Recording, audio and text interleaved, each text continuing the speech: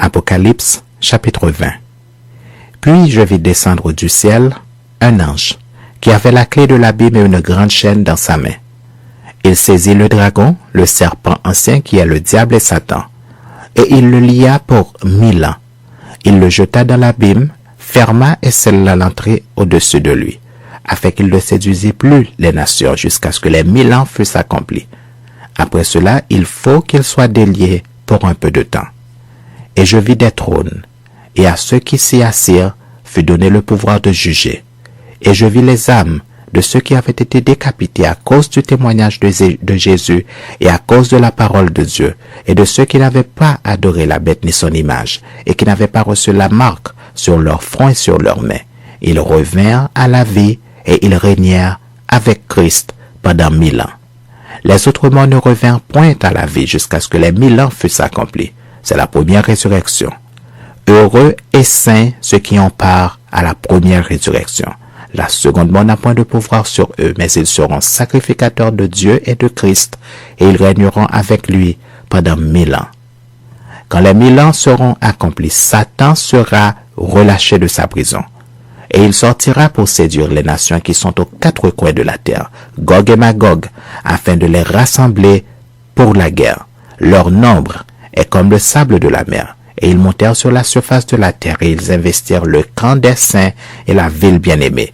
Mais un feu descendit du ciel et les dévora. Et le diable qui les séduisait fut jeté dans l'étang de feu et de soufre, où sont la bête et le faux prophète, et ils seront tourmentés jour et nuit au siècle des siècles. Puis je vis un grand trône blanc et celui qui était assis dessus. La terre et le ciel s'enfuirent devant sa face, et il ne fut plus trouvé de place pour eux. Et je vis les morts, les grands et les petits qui se tenaient devant le trône. Des livres furent ouverts, et un autre livre fut ouvert, celui qui est le livre de vie. Et les morts furent jugés selon leurs œuvres, d'après ce qui était écrit dans ces livres. La mer rendit les morts qui étaient en elle. La mort et le séjour des morts rendirent les morts qui étaient en eux, et chacun fut jugé selon son œuvre. Et la mort et le séjour des morts furent jetés dans l'étang de feu. C'est la seconde mort, l'étang de feu. Quiconque ne fut pas trouvé écrit dans le livre de vie fut jeté dans l'étang de feu. Apocalypse, chapitre 21. Puis je vis un nouveau ciel et une nouvelle terre, car le premier ciel et la première terre avaient disparu, et la mer n'était plus. Et je vis descendre du ciel d'auprès de Dieu la ville sainte, la nouvelle Jérusalem, préparée comme une épouse qui s'est préparée pour son époux. Et j'entendis du trône une forte voix qui disait, « Voici le tabernacle de Dieu avec les hommes. Il habitera avec eux et ils seront son peuple. Et Dieu lui-même sera avec eux. Il essuiera toute larme de leurs yeux et la mort ne sera plus. Et il n'y aura plus ni deuil, ni cri, ni douleur, car les premières choses ont disparu. » Et celui qui était assis sur le trône dit, « Voici, je fais toutes choses nouvelles. » Et il dit, « Écris, car ces paroles sont certaines et véritables. » Et il me dit, « C'est fait. Je suis l'alpha et l'oméga, le commencement et la fin. À celui qui a soif, je donnerai de la source de l'eau de la vie gratuitement. Celui qui vaincra héritera ces choses. Je serai son Dieu et il sera mon fils. Mais pour les lâches, les incrédules, les abominables, les meurtriers, les impudiques, les enchanteurs, les idolâtres et tous les menteurs, leur part sera dans les temps ardents de feu et de soufre, ce qui est la seconde mort. » Puis, un des 7 anges qui tenait les 7 coupes remplies des 7 derniers fléaux vint, et il m'adressa la parole en disant, « Viens, je te montrerai l'épouse, la femme de l'agneau. » Et il me transporta en esprit sur une grande et haute montagne. Et il me montra la ville sainte, Jérusalem, qui descendait du ciel d'auprès de Dieu, ayant la gloire de Dieu. Son éclat était semblable à celui d'une pierre très précieuse, d'une pierre de jaspe, transparente comme du cristal. Elle avait une grande et haute muraille. Elle avait 12 portes, et sur les portes 12 anges, et des noms écrits, ceux des 12 tribus des fils d'Israël. À l'Orient, 3 portes, au nord, 3 portes, au midi, 3 portes, et à l'occident, 3 portes.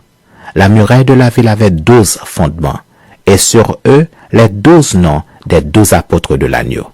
Celui qui me parlait avait pour mesure un roseau d'or, afin de mesurer la ville, ses portes et ses murailles. La ville avait la forme d'un carré, et sa longueur était égale à sa largeur.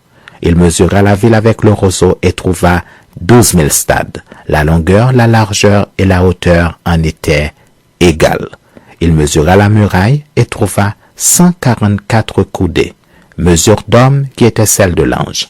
La muraille était construite en jaspe et la ville était d'or pur, semblable à du verre pur. Les fondements de la muraille de la ville étaient ornés de pierres précieuses de toute espèce.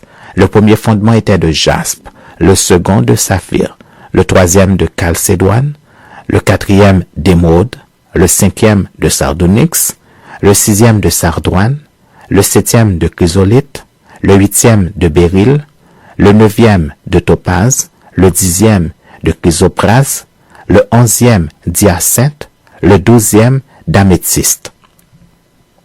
Les 12 portes étaient 12 perles.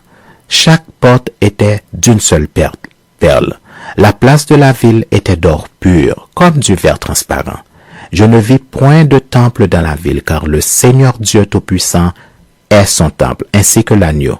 La ville n'a besoin ni de soleil ni de la lune pour l'éclairer, car la gloire de Dieu l'éclaire, et l'agneau est son flambeau. Les nations marcheront à sa lumière, et les rois de la terre y apporteront leur gloire. Ces portes ne se fermeront point le jour, car là il n'y aura point de nuit. On y apportera la gloire et l'honneur des nations. Il n'entrera chez elles rien de souillé, ni personne qui se livre à l'abomination et au mensonge. Il n'entrera que ceux qui sont écrits dans le livre de vie de l'agneau. Apocalypse, chapitre 22. Et il me montra un fleuve d'eau de la vie, limpide comme du cristal, qui sortait du trône de Dieu et de l'agneau.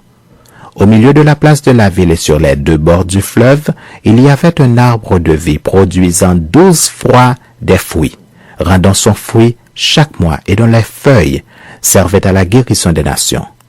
Il n'y aura plus d'anathème. Le trône de Dieu et de l'agneau sera dans la ville.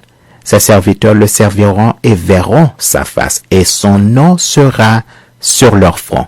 Il n'y aura plus de nuit, et ils n'auront besoin ni de lampe ni de lumière, parce que le Seigneur Dieu les éclairera, et ils régneront au siècle des siècles. Et il me dit, ces paroles sont certaines et véritables. Et le Seigneur, le Dieu des esprits des prophètes, a envoyé son ange pour montrer à ses serviteurs les choses qui doivent arriver bientôt. Et voici, je viens bientôt. Heureux celui qui garde les paroles de la prophétie de ce livre. C'est moi, Jean, qui ai entendu et vu ces choses. Et quand j'eus entendu et vu, je tombai aux pieds de l'ange qui me les montrait pour l'adorer. Mais il me dit, garde-toi de le faire. Je suis ton compagnon de service, et celui de tes frères les prophètes, et de ceux qui gardent les paroles de ce livre. Adore Dieu. Et il me dit, ne scelle point les paroles de la prophétie de ce livre, car le temps est proche. Que celui qui est injuste soit encore injuste, que celui qui est souillé se souille encore, et que le juste pratique encore la justice, et que celui qui est saint se sanctifie encore. Voici, je viens bientôt, et ma rétribution est avec moi pour rendre à chacun selon ce qu'est son œuvre. Je suis l'alpha et l'oméga, le premier et le dernier, le commencement et la fin. Heureux ceux qui lavent leurs robes, afin d'avoir droit à l'arbre de vie et d'entrer par les portes de la ville. Dehors les chiens, les enchanteurs, les impudiques, les meurtriers, les idolâtres, et quiconque aime et pratique le mensonge. Moi, Jésus, j'ai envoyé mon ange pour vous attester ces choses dans les églises. Je suis le rejeton et la postérité de David, l'étoile brillante du matin. Et l'esprit et l'épouse disent, viens. Et que celui qui entend dise, viens. Et que celui qui a soif vienne. Que celui qui veut prenne de l'eau de la vie gratuitement. Je le déclare à quiconque entend les paroles de la prophétie de ce livre. Si quelqu'un y ajoute quelque chose, Dieu le frappera des fléaux décrits dans ce livre. Et si quelqu'un retranche quelque chose des paroles du livre de cette prophétie, Dieu retranchera sa part de l'arbre de la vie et de la ville sainte, décrit dans ce livre. Celui qui atteste ces choses dit, oui, je viens bientôt. Amen. Viens, Seigneur Jésus. Que la grâce du Seigneur Jésus soit avec tous. Soit avec tous.